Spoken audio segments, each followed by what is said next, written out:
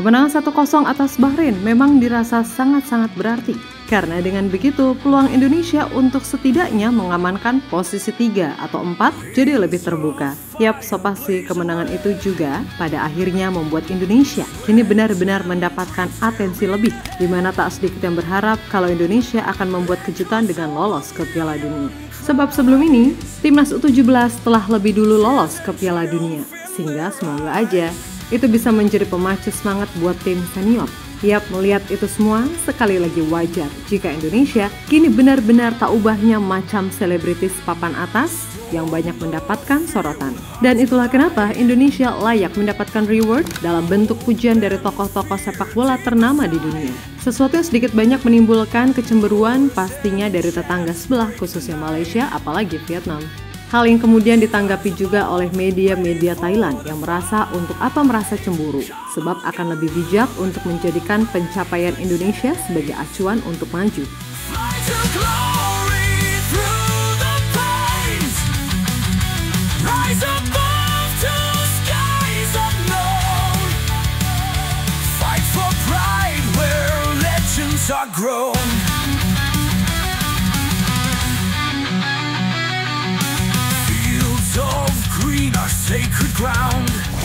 Timnas Indonesia pelan-pelan kini telah berhasil jadi daya tarik tersendiri bagi media-media internasional. Tentu kita ingat kalau di era sebelumnya, citra Timnas Indonesia beneran sejelek itu, yang mana itu berjalan lurus dengan hasil yang ada.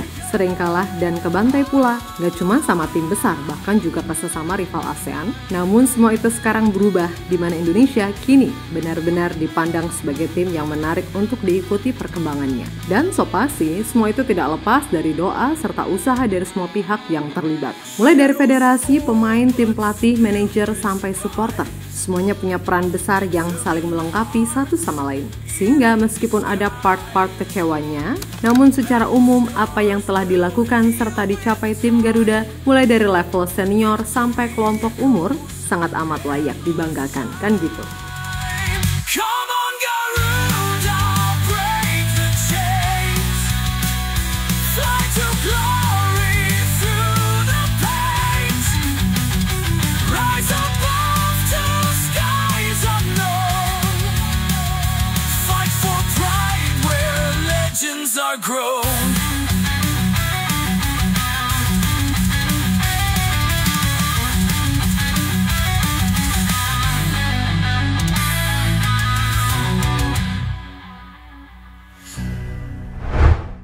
Lebih lanjut, berkaca dari sikon yang ada, maka menjadi hal yang wajar jika beberapa media besar seperti ESPN, The Athletic, hingga Football Premier berani memprediksi Timnas Indonesia sangat bisa buat lolos ke Piala Dunia.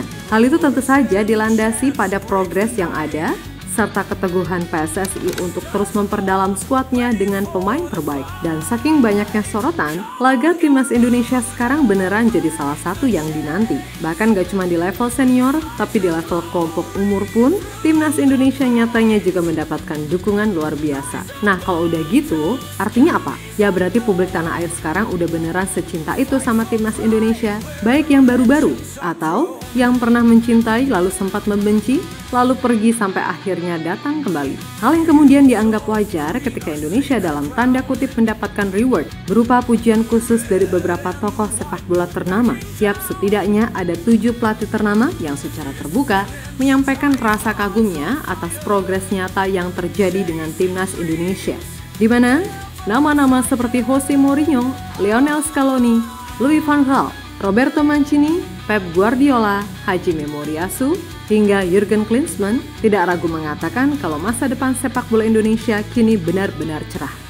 Yap, Jose Mourinho, sebagaimana dilansir dari turkitoday.com, menjabarkan jika sangat kagum dengan transisi yang dilakukan oleh Indonesia saat ini di bawah Erick Thohir yang kebetulan dia sendiri cukup kenal secara pribadi dengannya. Di mana Mo merasa kalau kondisi Indonesia sekarang udah berbeda jauh dari apa yang pernah ia lihat ketika datang ke Indonesia pada 2013 saat mengawal Chelsea ketika itu.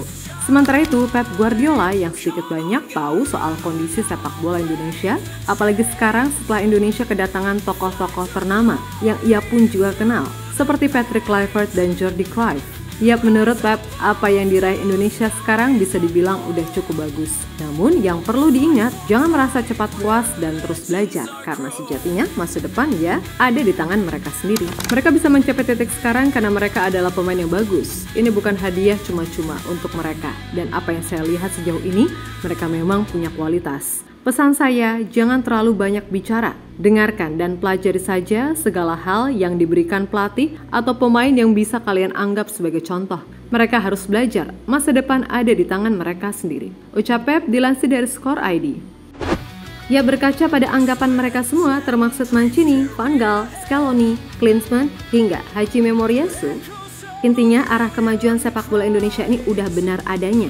Tinggal dimatangkan dari detail-detail kecil yang ada. Maka secara umum, tim ini nggak perlu lagi merasa inferior ketika berhadapan dengan lawan yang memiliki nama besar. Apalagi jika nantinya kualitas liga, pembinaan, serta semua elemen di level domestik udah membaik. Maka dijamin sepak bola Indonesia bisa konsisten bersaing dengan tim-tim kuat Asia. Tapi kembali lagi, semua itu butuh proses yang nggak mudah, serta butuh yang namanya niat tulus dari hati. Karena semua tahu kan masalah utama di bangsa ini, yakni kekurangan orang jujur. Sumpah, orang pintar tuh banyak banget, tapi yang jujur itu loh susah, kan gitu.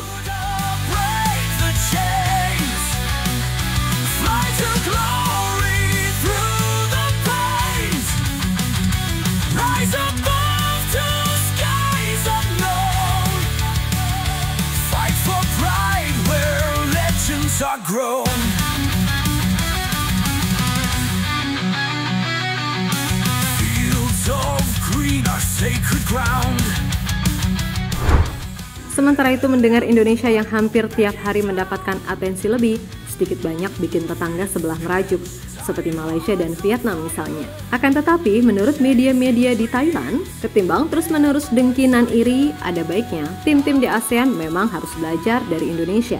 Karena biar gimana pun Indonesia kini jadi satu-satunya tim ASEAN yang masih survive, bertarung di level Asia. Namun kembali lagi, kalau dasarnya udah dengki, itu mah susah ya. Kayak Vietnam tuh, yang seolah-olah sehari aja nggak bikin berita soal Indonesia. Berasa ada yang kurang. Namun jika dilihat dari sudut pandang lain, apa yang dilakukan Vietnam memang cukup beralasan. Yap, iri. Vietnam memang merasa iri dengan Indonesia. Dan kebayangkan, kalau semisal Indonesia lolos ke Piala Dunia, walah, bakalan tantrum ugal-ugalan mereka pastinya. Di sisi lain ada China nih yang kayaknya mulai mantau tipis-tipis soal timnas Indonesia. Dan diketahui kalau salah satu media China yaitu View.iNews dibuat cukup geram dengan langkah yang dilakukan oleh PSSI untuk terus memperkuat timnas Indonesia. Nah, dalam artikel berjudul "Apakah Indonesia akan menyambut pemain Liga Premier naturalisasi pertamanya? Dunia sepak bola Tiongkok khawatir tentang prospek Piala Dunia." Media itu menyoroti seorang Pascal Struijk sebagai salah satu bek berpengalaman yang dikabarkan akan segera membela Indonesia. Dan pendekatan yang dilakukan pun juga menurut media tersebut sangat netral, apalagi setelah muncul cuplikan video ketika Patrick Kluivert, Danny Lanzat, dan Jordi Cruyff duduk tepat di atas kursi dari Pascal beserta agennya ketika laga Oxford melawan Leeds. Nah, selain media tadi, ada pun media China lainnya yakni Sohu merasa gelisah dan waspada kalau langkah China benar-benar bisa terhenti di tangan Indonesia. Yap, apa yang dirasakan media China memang cukup beralasan. Karena selain Indonesia, skuadnya dirasa udah berubah dari yang mereka hadapi di Qingdao, tapi kekuatan magis supporter dari GBK dirasa juga jadi tantangan. Karena selain Jepang, tim-tim seperti Arab, Australia, Bahrain nyatanya juga nggak mampu menang di GBK. Itulah kenapa China harus melakukan apapun agar bisa meredam Indonesia di kandang sendiri.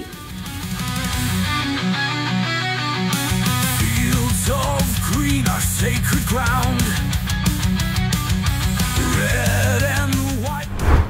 Yap, terlepas dari apapun, pada akhirnya kita tetap harus fokus dan gak boleh terlena dengan segala pujian yang masuk. Justru dengan pujian yang ada, itu bisa digunakan sebagai motivasi tambahan, kan gitu. Begitupun sebaliknya, yang iri biarlah iri, dan yang dengki biarlah dengki.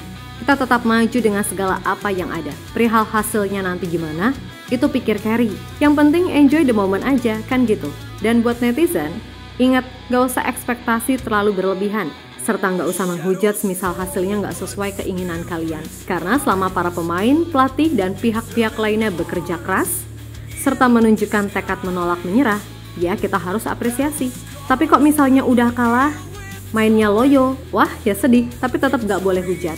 So buat semua elemen timnas, maju terus. Lost doll, ra ono mundure, kan gitu. Ingat, tetap semangat dan sukses selalu. Oke, kita Garuda.